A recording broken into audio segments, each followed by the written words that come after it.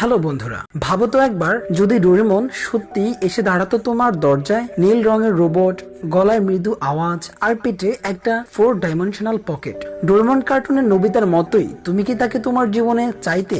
একটা সকালে তুমি ঘুম থেকে উঠে দেখলে বিছানার পাশে বসে আছে নীল এক রোবট। সে বলল, ভয় পেও না, আমি ডোরেমন, তোমার ভবিষ্যৎ নষ্ট হতে চলেছে, তাই আমি এসেছি। তুমি প্রথমে ভয় পেলে, কিন্তু ধীরে ধীরে বুঝতে পারলে সে তোমাকে সাহায্য করতে এসেছে, তোমার ভুলগুলো শোধরাতে, তোমাকে সাফল্যের পথে চালতে। ডোরেমন তার পকেট থেকে বের করলো এনিওয়েডোর। তুমি দরজা খুলে দেখলে তুমি এখন মালদ্বীপে দাঁড়িয়ে। তারপর বের করলো টাইম ক্লথ। তুমি পুরনো ভাঙা খেলনা অথবা তোমার হাতের ঘড়িটা আবার নতুন করে পেলে। আর তুমি চাইলে সে তোমাকে মেমোরি ব্রেক দিত, যা মুখে দিলেই বইয়ের সব পড়া মনে হয়ে যেত। কিন্তু এই গ্যাজেট গুলো শুধু খেলনা না, এই গ্যাজেট গুলোর পেছনে আছে মানসিক শক্তি, সময়ের মূল্য আর দায়িত্ব।